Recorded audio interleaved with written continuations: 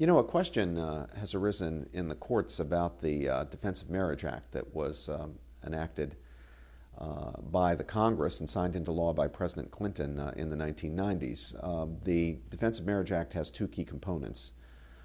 First, it establishes a definition of marriage as the conjugal union of husband and wife for purposes of federal law.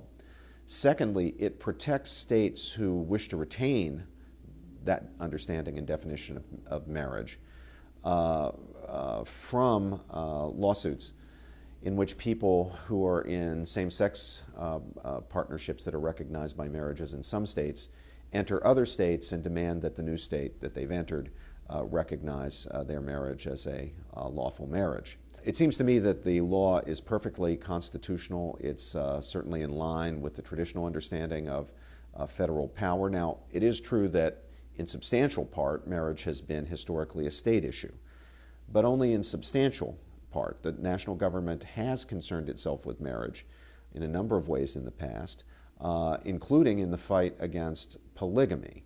The national government made the admission of Utah as a state conditional on Utah constitutionalizing the rejection of so-called plural marriage, what's often called polygamy. So the national government historically has had a role when it comes to protecting the institution of marriage, and there's nothing out of line about the Defense of Marriage Act. It was passed overwhelmingly by Republicans and Democrats alike, and it was signed into law by a Democrat president, Bill Clinton, as I said. Of course, there is an attack on the law by those who would like to see states be forced to recognize out-of-state same-sex partnerships as marriages. The Obama administration initially purported to defend the Defense of Marriage Act in this litigation.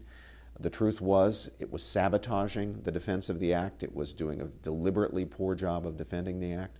And then eventually the Obama administration simply threw the act over and refused to defend the act. Fortunately, the Congress, reacting to public pressure, including the requests of those of us at the American Principles Project, decided it would defend the law itself. And the House of Representatives retained counsel, very competent, excellent counsel, to defend the Defense of Marriage Act, and it's going to get a strong defense now in the federal courts.